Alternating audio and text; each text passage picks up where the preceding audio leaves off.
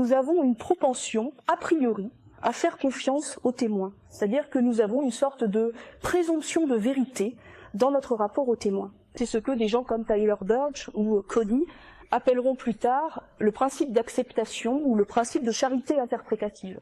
Pour le dire autrement, lorsque nous sommes confrontés à un témoignage, la balance de notre jugement a tendance à incliner en faveur de la croyance. Mais croire a priori le témoin, c'est aussi ouvrir la porte à toutes les pseudosciences, à toutes les rumeurs qui font leur pain, qui font leur beurre, même pourrait-on dire, des témoignages. Stéphane Olloy-Rousseau, par exemple, ou Annette Becker, disent que nous sommes, depuis la Première, mais surtout depuis la Deuxième Guerre mondiale, entrés dans une dictature du témoignage dont le penseur doit absolument se défaire s'il veut avoir accès à la scientificité. Alors, est-ce à dire qu'il ne faut pas croire au témoignage? Jamais.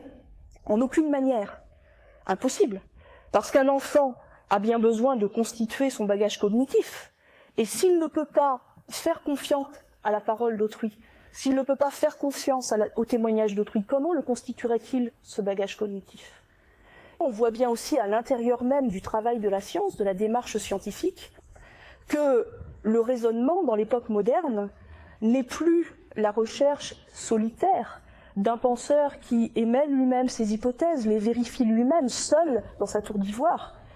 Il prend à témoin ses collègues, il prend les résultats des expériences dont ses collègues ont été témoins. Est-ce que croire aux témoins, c'est faire preuve de crédulité? Ou bien est-ce que le témoin a une véritable crédibilité? C'est-à-dire, est-ce que, en croyant aux témoins, nous apprenons des choses? Il semblerait bien qu'il soit tout aussi inefficace et même dangereux de se méfier a priori du témoin que de croire a priori au témoin. Lorsque nous avons des raisons de croire que le témoin est un expert, alors il n'y a pas de raison de se défier a priori de sa parole. Par contre, ce n'est que quasi a priori, car cela ne veut pas dire qu'il faut croire tout le monde, qu'il faut croire n'importe quel témoignage, mais que dans la mesure du possible, il faut s'efforcer au moins de vérifier les raisons que quelqu'un a de croire quelque chose.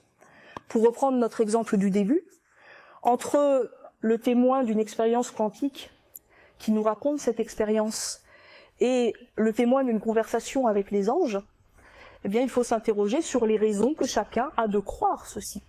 Et l'on observera assez facilement qu'entre des raisons scientifiques qui peuvent s'argumenter, qui peuvent être questionnées et résister à ce questionnement, et des raisons subjectives ou des raisons religieuses ou idéologiques, il n'y a pas le même pouvoir de résister au questionnement.